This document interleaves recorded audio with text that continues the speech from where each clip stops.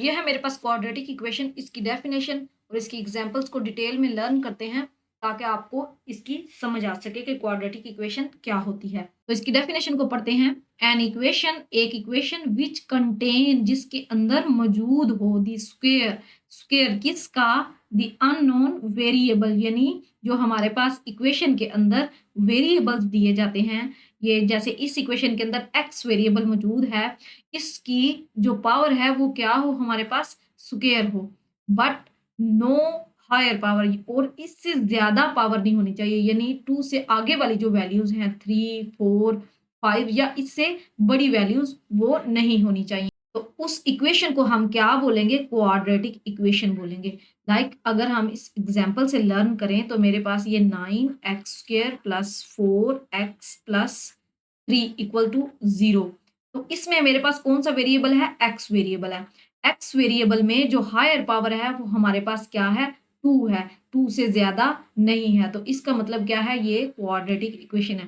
2 से छोटी पावर हो सकती है जैसे 1, लेकिन 1 के साथ साथ स्क्वायर जरूर मौजूद होना चाहिए। अगर स्क्वायर मौजूद नहीं है, सिर्फ और सिर्फ 1 पावर है, तो इसका मतलब है वो क्वाड्रेटिक इक्वेशन नहीं है। तो ये तो हो गई इसकी पहली कंडीशन। कंडीशन क्या पहली, कि जो भी वेरिएबल है उसकी पावर क्या होनी चाहिए, हमारे पास हायर पावर वो 2 होनी चाहिए।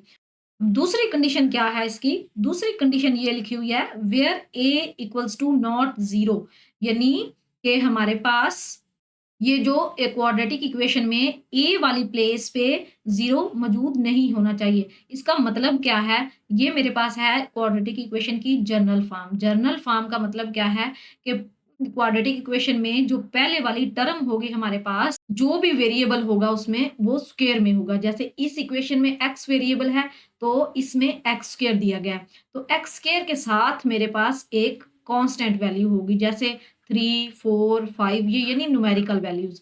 अगर हम ये दूसरी वाली इक्वेशन देखें, टर्म देखें, तो दूसरी वाली टर्म में हमारे पास एक्स होगा, यानी जो भी वेरिएबल वाई एक्स, उसकी पावर क्या होगी, 1 होगी, और दूसरे नंबर पे उसके साथ एक ये वाली टर्म होगी कांस्टेंट टर्म, और तीसरे नंबर पे हमारे पास एक कांस्टेंट टर्म होगी, उसके साथ वेरिएबल नहीं होगा। तो ये होती है हमारे पास जनरल फॉर्म किसकी, क्वाड्रेटिक इक्वेशन की, यानी जो भी क्वाड्रेटिक इक्वेशन होगी हमारे पास वो इस फॉर्म में होगी। और दूसरे नंबर पे a b c are real number. अब इससे क्या मुराद है, अब इससे मुराद ये है कि ये जो न्यूमेरिक वैल्यूज हैं ए, बी और सी, ये मेरे पास क्या होंगे, रियल नंबर्स होंगे।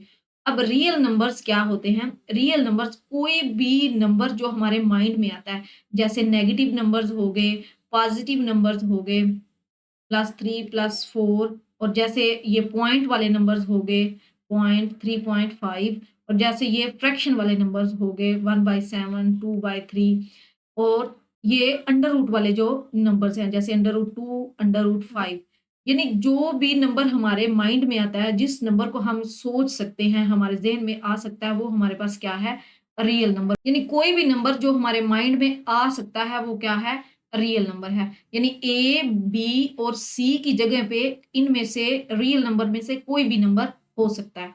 अब एक एग्जांपल से लर्न करते हैं कि क्वाड्रेटिक इक्वेशन क्या होती है। लाइक अगर मैं इधर लिखूं 9x² plus 5x plus 7 equals to 0, तो इस इक्वेशन को अगर हम देखें तो इसकी क्वाड्रेटिक इक्वेशंस की हम कंडीशंस को देखेंगे। सबसे पहले इसमें एक्स वेरिएबल मौजूद है, तो एक्स वेरिएबल में जो हाईएस्ट पावर है वो हमारे पास क्या है, स्क्वायर है। तो इसका मतलब कि पहली कंडीशन तो हमारी ठीक हो गई। दूसरे नंबर पे ये जो हमारे पास सेकंड कंडीशन थी कि ए इक्वल्स टू नॉट 0, ए जो है वो हमारे पास 0 नहीं होना चाहिए, तो ये भी हमारे पास ठीक है।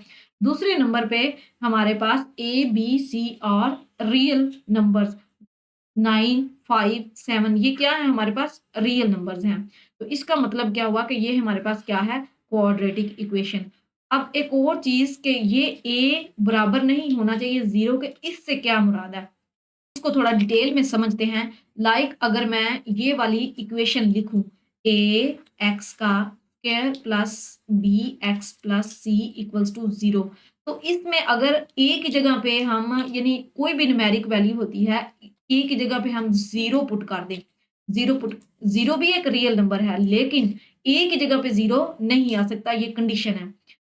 एक्स का स्क्वायर इसके साथ अगर मैं लिखूं x square plus b x plus c equals to 0, तो ये वाला जो 0 है एक्स स्क्वायर के साथ मल्टीप्लाई होके ये टर्म क्या बन जाती है हमारे पास 0 बन जाती है, b x plus c equals to 0। तो ये वाली टर्म सिर्फ ये वाली टर्म फिर खत्म हो गई और पीछे मेरे पास क्या रह गया, b x plus c equal to 0। तो अब इस वाली इक्वेशन में अगर मैं देखूं तो एक्स स्क्वायर हमारे पास रिमूव हो गया, यानी एक्स स्क्वायर बचा ही नहीं, तो ये मेरे पास क्वाड्रेटिक इक्वेशन रहती ही नहीं। तो उम्मीद है आपको क्वाड्रेटिक इक्वेशन की समझ आ गई होगी डिटेल में। सिंपली आपने 3 चीजें देखनी है। 3 चीजें क्या? पहले नंबर पे जो वेरिएबल मौजूद हो इक्वेशन में उसकी पावर क्या हो, वो स्क्वायर हो, मौजूद होनी चाहिए, यानी स्क्वायर जरूर हो। दूसरे नंबर पे जो हमारे पास ये रियल नंबर्स हैं, यानी ए की जगह पे जो रियल नंबर हो वो बराबर ना हो 0 के, यानी ए की जगह पे 0 नहीं होना चाहिए। और तीसरे नंबर पे जो भी ये न्यूमेरिक नंबर्स हैं हमारे पास, वो क्या होनी चाहिए, हमारे पास रियल नंबर्स होने चाहिए।